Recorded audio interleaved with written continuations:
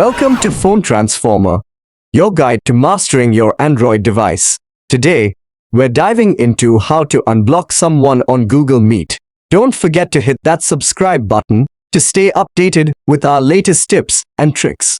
Let's get started with the step-by-step. Step 1. First, grab your Android phone and open the Google Meet app. Ensure you are logged into your Google account. Step 2. Once you have the app open, click on the Get It Now option displayed on the screen. Step 3.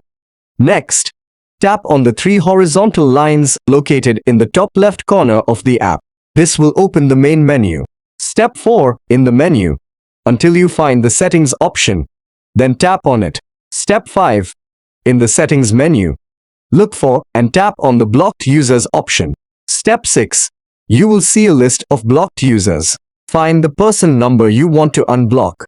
Step 7. Finally, tap on the cross icon next to the number of the person you wish to unblock. This will remove them from your block list. And that's it. You've successfully unblocked someone on Google Meet. Thanks for watching and see you in the next video.